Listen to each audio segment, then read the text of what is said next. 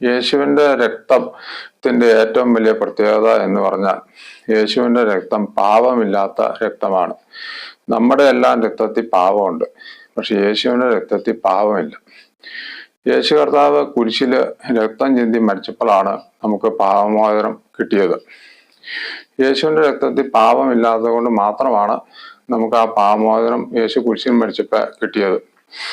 യേശുവിൻ്റെ രക്തത്തിൻ്റെ ശക്തിയാൽ പിശാച് മാറി നിൽക്കുന്നതാണ്. യേശുവിൻ്റെ രക്തത്താൽ നമ്മെ പൊതിയണം എന്ന് നമ്മൾ കൂടെ കൂടെ പ്രാർത്ഥിച്ചു കഴിഞ്ഞാൽ പിശാച് നമ്മെ തൊടുകയില്ല എന്നുള്ളത് പല സംഭവങ്ങളിൽ നിന്നും വളരെ വ്യക്തമാണ്.